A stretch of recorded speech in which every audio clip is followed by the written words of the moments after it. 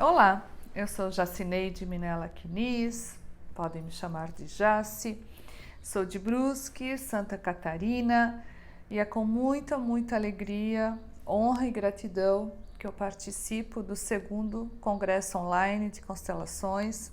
Agradeço desde já ao Décio, ao Wilma, que foram os meus formadores, e também a toda a equipe que tornou este congresso possível. E eu vou falar sobre os casais e filhos, relacionamentos e espiritualidade. E o meu tema é então a sabedoria que se direciona para a vida. Porque eu entendo e eu percebo nos relacionamentos, na minha vida pessoal, profissional, que quando nós entronizamos as ordens do amor, ou quando nós obstruímos uma das leis, né, um dos princípios e os efeitos que tem na nossa vida, e que quando nós conseguimos nos mover, nos movimentar, promover mudanças a partir da filosofia das constelações, eu entendo que daí, quem sabe, a gente evoluiu na sabedoria. E quando se fala então em espiritualidade, e que fiquei surpresa talvez quando vi o termo, né, espiritualidade, me remeteu imediatamente à sabedoria. E daí eu pensei e senti, opa, a sabedoria precisa estar na minha fala, porque no meu entendimento uma está intrinsecamente ligada à outra. E eu estava bem com este livro de Bert Hellinger, Religião, Psicoterapia e Aconselhamento Espiritual, quando veio, né, recebi a mensagem para participar novamente do congresso. Eu estava lendo, meditando, refletindo sobre algumas falas do livro.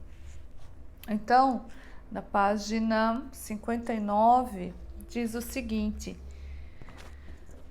a vida vem de longe, os pais são apenas a porta. Então, a vida vem de longe, os pais são apenas a porta. Se agora, em vez de olhar para os seus pais, você olhar para a origem primeiro da vida e a receber dela, você terá a vida em plenitude, independentemente do que tenha acontecido a seus pais. O que eu percebo nos atendimentos, né? E talvez até na minha história também? O quão desafiador é quando os nossos pais tiveram um destino que exigiu muito deles. Ou, resumindo, quando tiveram um destino difícil, um destino pesado, o quanto isto movimenta os filhos depois. E não é só os pais, né? É também os avós. Então, quando um descendente, uma pessoa que está hoje, né, olha para trás e tem pena da vovó, julga o vovô, critica o papai, tem pena da mamãe, enfim, esses sentimentos que invalidam a força deles, que tiram, né, que diminui, que achata, quando não se consegue olhar para os que vieram antes como os grandes, e nós agora os pequenos. E daí eu percebo também que há dois movimentos muito pontuais nesse sentido. Um é quando, no caso, né, das mamães aqui, vou trazer aqui as mães, né, mas podem ser os pais também, mas quando as mães reivindicam que os seus filhos sejam aliados dela. Este é o movimento. Ou quando ela não pede, mas o filho se sente no direito ou entende que pode se colocar nesse lugar. Então, nem sempre são as mães que reivindicam. Às vezes, os filhos se metem por arrogância, né? Então, por um exemplo, o papai trai a mamãe, ou ele bebe, ou até ele faleceu cedo, né? Ou a filha não conheceu o papai engravidou a mamãe ou o filho, enfim, né? É um filho de Oktoberfest, né? Tem os filhos do carnaval aqui na região, Blumenau aqui pertinho, tem Oktoberfest, né? Então, esse filho depois acaba se tornando o parceiro da mãe. Ele vai ocupar aquele vácuo. E aí ele cresce, e isso é um movimento tão inconsciente, tão imperceptível, tão enraizado, que se realmente não passar por um processo de terapia, de autoconhecimento, depois vai reverberando nas relações dele e ele não vai perceber. Então, se é um menino, ele vai ter uma mulher, tomar, como nós falamos aqui, né, nesse trabalho. Então, quando ele vai tomar a própria mulher, ele não se coloca disponível para ela, porque já tem a própria mãe, que é a mulher dele. E às vezes, né, eu atendo homens, que bom que está vindo muitos homens para a terapia, para resolver suas questões, né? E que são casados e têm filhos e que eles vêm muito esgotados. Acontece com mulheres também, né? Mas os homens, então, eles vêm esgotados, um esgotamento. E muitas das vezes, eles estão ocupando esse lugar que é do pai. E aí, às vezes eu digo, né, para essas pessoas, né, quando eles vêm, dizem, olha, porque a minha mãe falou, veio e me reclamou, é do meu irmão. E aí eu falei para ela, mas mãe, você deveria agir assim, assim, assado com ele, você faz isso, isso e aquilo. E aí eu perguntei, e alguma vez a sua mãe já te escutou, já fez, já seguiu algum desses conselhos? Não adianta, que eu falo, e ela nunca faz e as coisas não mudam. E aí então eu disse, né? Eu digo para eles, olha, então experimente dizer para tua mãe, olha, querida mãe, o filho é seu. Querida mãe, o marido é seu. Querida mãe, a irmã é sua, enfim, né? Então, o filho é seu. O que aconteceria? Nossa, ela ficaria muito brava. E assim são nos outros casos também. A mãe ficaria brava quando o filho sai desse lugar, né, de aconselheiro, que ouve as queixas. Então eu digo, olha, isso, né, esse movimento de você querer aconselhar a mamãe ou salvar o relacionamento dela, né, com o papai, querer que o papai mude. Foi tão interessante que teve um grupo de constelação em que a gente fez um exercício sistêmico e a moça, então, né, profundamente comovida por conta de algo que ela não conseguia fazer, porque a mamãe não pôde fazer. E aí, então veio a frase, né, para ela dizer para a mãe, querida mãe, por favor, fique bem para eu ficar bem. Então, muitas vezes nós queremos que a vida dos nossos pais melhore ou que a vida dos nossos irmãos, porque também é desafiador quando entre irmãos um vai muito bem e os outros não. E aí, então esse irmão ajuda todos os outros para que todos vão bem, né? E a gente sabe que não dá certo. E aí a pessoa fica, né? O irmão que vai bem fica quase que desesperadamente encontrando formas, buscando estratégias para que aqueles irmãos se desenvolvam tanto quanto ele. E aí a frase, então, por favor, fiquem bem para que finalmente eu me sinta liberado para a minha própria vida. E aí até se a pessoa não se dá conta desse movimento e não paga a sua culpa, né? De olhar para esses irmãos, perceber que eles têm o movimento deles, né? A existência deles, não vai dar certo. Então, o relacionamento dele vai ficar atravancado, né? O relacionamento dele com os próprios filhos, porque a alma, o pensamento, a mente, enfim, a energia ele é tão direcionada para os outros que agora a família dele, que é agora a prioridade, e esse é um fato também que nós precisamos ressaltar sempre, reforçar, que quando uma pessoa constitui agora sua própria família, esta passa a ser a prioridade. Então, os pais que vieram antes, avós, né, todos os que vieram antes, tios, têm a precedência. Eu pertenço a esse sistema familiar, eu faço parte desse sistema familiar, do jeito que é, do jeito que foi, do jeito que se apresenta. Os meus irmãos também, né? Se tem um aí que é a ovelha negra, se tem outro que é da pá virada, né? Como diz aqui na minha terra, que destoa muito da família, enfim, mas ele pertence, né? E eu pertenço também.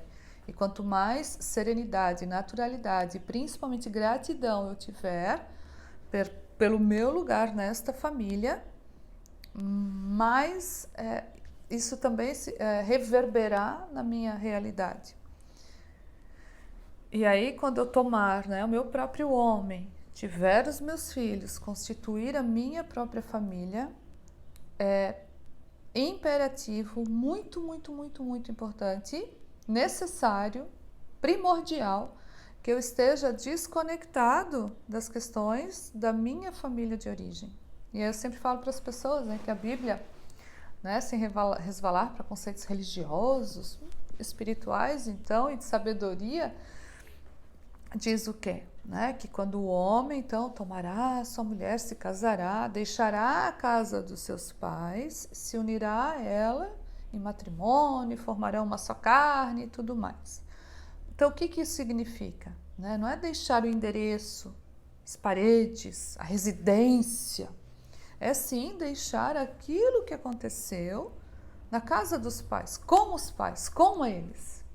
E eu seguir agora apenas com o que é meu. Significa que eu vou virar as costas para eles, né? Não. E aqui eu trago um exemplo de algo que aconteceu comigo, né? Não. Meu pai faleceu em 2019, né? E um pouco depois eu fui lá na casa da minha mãe e ela estava fazendo café, né? 5h30, aí eu estava esperando meu marido, minha filha para irmos embora, fui na nossa empresa, que é perto da casa dela, enfim. E daí ela estava lá fazendo café e falando, poxa, Jacineide, né? Teu pai não precisava ter morrido já. E chorando e emocionada e naquele movimento. E daí, nossa, aquilo me atravessou, me rasgou a alma, né? Só que eu, de posse desse conhecimento e sabendo que não tem como eu aliviar o luto dela, até porque eu tenho o meu próprio luto de filha, de repente, eu, naquele movimento, o que eu faço, o que eu não faço? E aí desce então a minha sobrinha da casa da minha irmã, né? Atravessa ali a cozinha e vai lá para uma cadeira de balanço, que era dos meus pais, né? Que é agora da mãe, senta lá naquela cadeira e vai, né, para frente e para trás e fica mexendo as perninhas, fica assim, né, mexendo as perninhas e percebendo aquela situação toda, que a vovó estava comovida, emocionada, triste. Ela apenas me olha assim e sorri, dá um sorrisinho assim, poxa, né? Ai, e aí me chamou tanta atenção, pensei, uau, essa é a postura. É um estado de presença. Eu creio que essa é uma postura que, ao mesmo tempo, me libera e que me conecta à minha mãe, aos acontecimentos, né? Então, eu vejo essa dor, eu vejo que estás sofrendo, eu vejo todo o teu luto, teu movimento, eu vejo que está sendo desafiador para você, mas eu sou muito pequena para isso. Mas eu estou aqui, no estado de presença, e vou seguir com o que é meu, deixo você com o que é seu, você com o seu luto, eu com o meu luto, e cada uma na sua força. E é essa a postura que eu tenho buscado exercitar. E daí, neste mesmo livro, né, Bert Hellinger fala dos caminhos da mística na vida cotidiana. Ele fala assim, o caminho da purificação, trazendo, né, para a espiritualidade. Ele fala então, o caminho da purificação, ele exige que nos despeçamos de nossos pais, das ilusões e do envolvimento nos destinos da nossa família. Que abandonemos os sentimentos secundários, os sentimentos alheios e toda censura.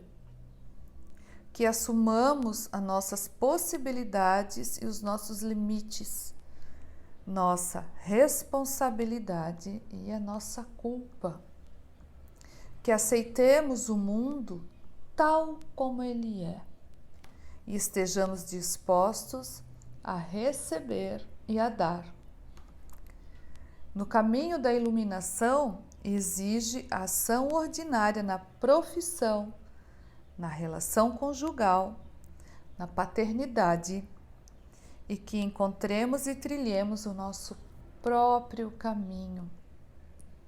O caminho da união, o seu sucesso depende da confiança em tudo o que nos foi dado, em termos de percepção, de saber, felicidade, coragem e sucesso. Está aqui também no livro do Bert Hellinger, da Religião, Psicoterapia e Aconselhamento Espiritual. É muito interessante, corroborando com a fala, né, de Bert Hellinger, que John Garriga, que também é um constelador, né, muito famoso, vem para o Brasil de vez em quando, ele fala da pequena felicidade e da grande felicidade. O que ele diz? Muitas vezes nós queremos aquela grande felicidade, né? Que significa, né? Aquela grande felicidade que quer dizer que tudo corra bem na nossa vida, que tudo esteja bem com os nossos pais, com os nossos pares, né? Com o parceiro ou parceira, com os filhos, na profissão, ou seja, que tudo seja maravilhosamente perfeito. Essa é a grande felicidade. Porém, é uma felicidade que está muito aquém de um ser humano. É uma felicidade que não é dinâmica. É uma felicidade até que não nos depura. É uma felicidade confortável demais. Impossível muitas vezes. Então, interessante que nós fiquemos e nos movimentemos e permaneçamos na pequena felicidade, nessa do cotidiano, nessa que nos desafia, nessa que diz, ok, a vida é dinâmica, acontecerá fatos e eventos que eventualmente irão te deixar triste, que eventualmente farão você duvidar até de um Deus, que eventualmente mexerá e movimentará todas as tuas crenças, testará a sua fé, mas é isso que te faz humano. Então essa pequena felicidade, ela contempla, né, o todo da forma que é. Ela contempla coisas boas, coisas não tão boas. Ela contempla, quem sabe, a sabedoria de viver. Eu entender que se eu estou aqui viva, respirando, é porque eu também tenho um caminho de evolução, um caminho de crescimento, um caminho para o mais, ao invés de um caminho para o menos. Então, com a minha fala, né, essa sabedoria, quem sabe, ela cabe na pequena felicidade. Ela acompanha essa pequena felicidade. Ela acompanha este sim para tudo do jeito que foi, do jeito que é, para os meus pais do jeito que são, para tudo do jeito que foi, para os meus avós. Eu me reconhecer como pequena, como muitas vezes impotente, né? E olhar para tudo do jeito que foi com a maior naturalidade, né? Ou serenidade. Embora tenham acontecido fatos e eventos que movimentam realmente e que a gente consiga ser, estar e permanecer neste estado de presença. Presença para os meus pais, né? Presença para o meu parceiro, presença para os meus filhos, presença para mim mesma. Porque como fala Bert Hellinger, né, que eu trouxe no início da fala, a vida vem de muito longe, muito longe. E eu também sou um canal, sou uma transmissora dessa vida, através dos meus filhos, através do meu trabalho, também transmito algo, né? Também transmito a vida. Um dia os meus descendentes, né, quem sabe, olharão para mim e espero que me olhem com esta naturalidade, com esta serenidade e que permaneçam no lugar deles. Porque da mesma forma que eu quero que os meus filhos vão bem, que a minha descendência vá bem, eu tenho certeza que os meus pais também querem. Então, não tenho por que eu ficar presa, né, às dores deles. Eles dão conta daquilo que foi, daquilo que aconteceu. Para encerrar, eu quero trazer um conceito de justiça. Eu faço os meus grupos, né, de constelação, faço palestras, workshops também, trabalho com a abordagem desde 2017, estudo desde 2014, enfim. Então, e aí, nessa última semana, eu levei essas cartinhas, né, do Oráculo do Pão, o pessoal conhece, muito, né, muito bonitas, e aí cada uma tirou uma cartinha e teve uma das participantes que tirou essa carta, então, da justiça. E é um conceito tão interessante e que fecha e corrobora com a minha fala, né? Então, justiça, aceitar e receber o que é seu por direito. Aceitar e respeitar o que é do outro por direito. Agir com o coração e a verdade dentro dos princípios e da ordem universal. Consciente de que todos os nossos atos interferem e fazem parte do funcionamento do universo.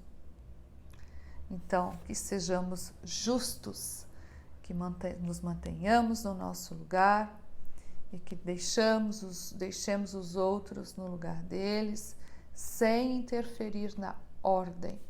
É isso que nos dá força.